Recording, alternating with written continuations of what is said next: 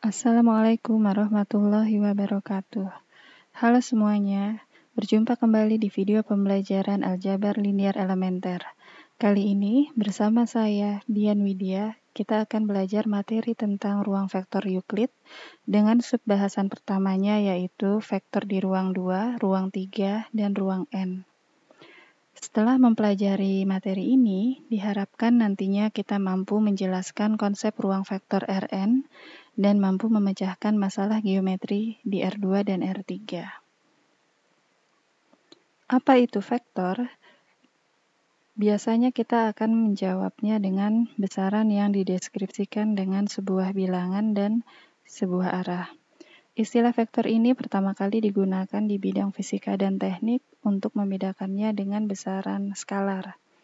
Nah, yang akan kita perhatikan nantinya adalah struktur matematis dari vektor ini, supaya bisa diaplikasikan ke bidang yang lainnya seperti ilmu komputer, ekonomi, telekomunikasi, dan lainnya. Pembahasan akan dimulai dengan vektor di ruang 2 dan ruang 3.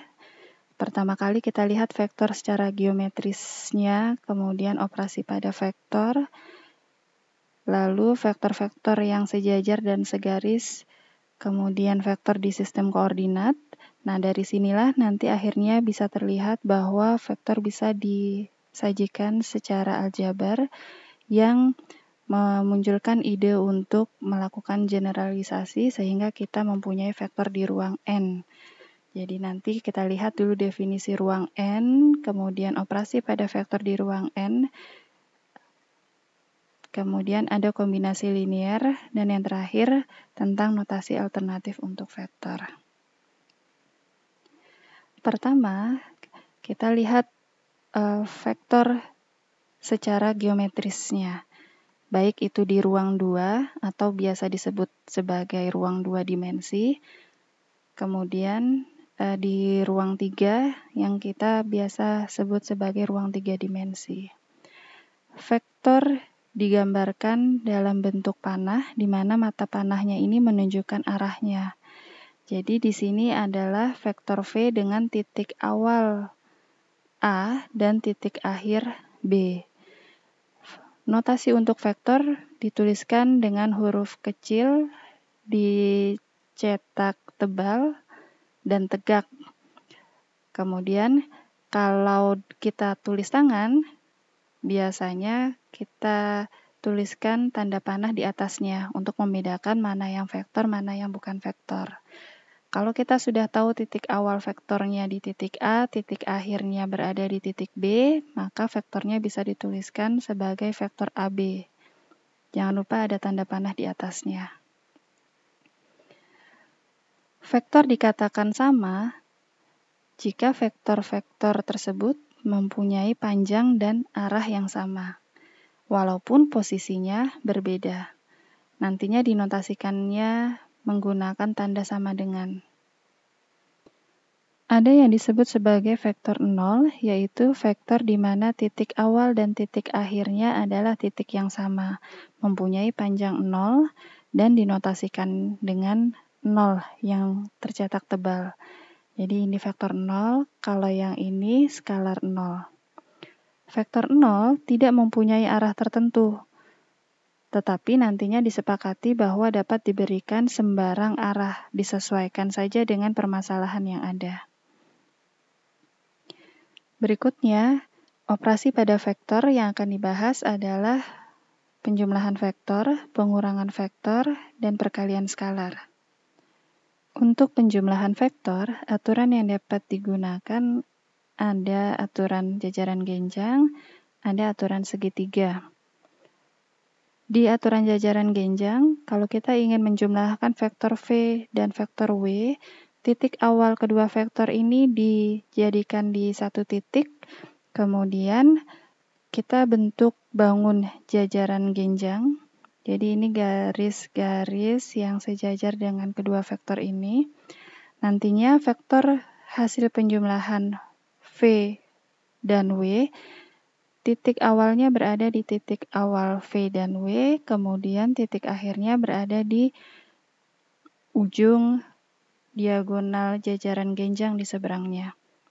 Jadi kalau kita lihat V plus W ini adalah vektor yang berada di diagonal jajaran genjang.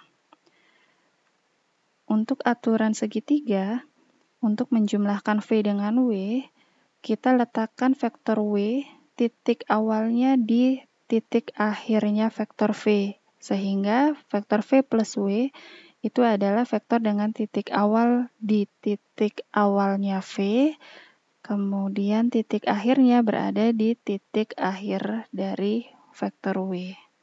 Jadi ketiga vektor ini di sini membentuk segitiga. Kalau kita perhatikan aturan jajaran genjang dan aturan segitiga ini, terlihat bahwa vektor V plus W diagonal dari jajaran genjang ini bisa diperoleh dengan cara V ditambah W atau W ditambah V. Nah, ini menunjukkan bahwa penjumlahan vektor memenuhi sifat komutatif. Penjumlahan vektor juga bisa dipandang sebagai proses translasi titik. Jadi titik akhir dari vektor tersebut. V ditambah W di sini bisa berupa translasi dari V oleh W, atau bisa kita anggap sebagai translasi dari vektor W oleh vektor V. Sekarang kalau kita mau menjumlahkan 3 buah vektor, kalau yang kita jumlahkan terlebih dahulu adalah V ditambah W, di sini V ditambah W, hasil penjumlahannya adalah ini. Kemudian baru kita jumlahkan U dengan V ditambah W, hasilnya adalah yang ini. Nah, sekarang kalau kita jumlahkan pertama kali adalah U ditambah V. Jadi U ditambah V hasilnya ini, kemudian baru dijumlahkan dengan W. Hasilnya adalah vektor yang sama. Nah, ini menunjukkan bahwa penjumlahan vektor memenuhi sifat asosiatif. Nah, kalau kita lihat dengan menggunakan aturan seperti aturan jajaran genjang tadi, di mana vektor U, V, dan W diletakkan titik awalnya di titik yang sama, hasil penjumlahan U plus V plus W itu adalah vektor yang berada di diagonal ruang dari bangun ini. Bangun ini disebutnya bangun paralel epipedum. Kalau U, V, dan W-nya saling tegak lurus, ini yang lebih dikenal sebagai bangun balok. Nah, di sini U, V, dan W-nya tidak harus saling tegak lurus. Jadi bangun yang terbentuk dinamakan paralel epipedum. Berikutnya, kalau kita melakukan penjumlahan dari 4 atau lebih vektor, akan lebih mudah kalau kita gunakan seperti aturan segitiga. Jadi, kalau mau menjumlahkan U ditambah V ditambah W ditambah X, ya letakkan saja si titik awalnya V di titik akhirnya U, kemudian yang vektor W titik awalnya diletakkan di titik akhirnya V, titik awalnya X diletakkan di titik akhirnya W, sehingga nanti vektor U plus V plus W plus X adalah vektor dengan titik awalnya di titik awalnya U dan titik akhirnya di titik akhirnya X. Sekarang kita lihat operasi pengurangan vektor. W dikurang V didefinisikan sebagai W ditambah min V. Nah, min V ini disebut sebagai negatif dari vektor V, yaitu vektor yang mempunyai panjang yang sama dengan vektor V, tetapi arahnya berlawanan dengan arah V. Jadi pertama kali V-nya kita cari dulu negatif V, kemudian baru kita lakukan W min V-nya itu dengan cara W ditambah negatif V. Hasilnya adalah yang ini. Nah, kalau kita perhatikan, vektor W, vektor V, dan vektor W min V ini juga membentuk segitiga, di mana vektor W min V-nya ini titik awalnya berada di titik akhirnya vektor V dan titik akhirnya berada di titik akhirnya vektor W. Berikutnya operasi perkalian skalar. Jika V vektor tak nol dan jika K skalar tak nol, maka K dikali V adalah vektor dengan panjang mutlak K kali panjang vektor V dan arahnya sama dengan V jika K-nya positif, berlawanan arah dengan V jika K-nya negatif. Misalnya ini vektor V, kemudian ini setengah V berarti arahnya sama dengan V, panjangnya setengah kalinya panjang V. Ini 2 kali V, arahnya sama dengan arah V, panjangnya 2 kali panjang V. Ini min 1 dikali V, arahnya berlawanan arah dengan V, panjangnya sama ya dengan panjang V. Kemudian yang ini min 3 dikali V, arahnya berlawanan dengan arah V, panjangnya 3 kalinya panjang V.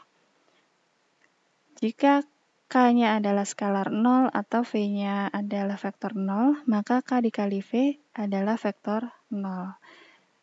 Kemudian, skalar min 1 dikalikan V, yang ini, itu sama dengan definisi dari vektor negatif V tadi, yaitu vektor dengan panjang sama dengan vektor V, tapi arahnya berlawanan arah dengan vektor V. Nah, kita sudah membahas materi sampai operasi pada vektor. Kita lanjutkan materi lainnya di video berikutnya. Assalamualaikum warahmatullahi wabarakatuh.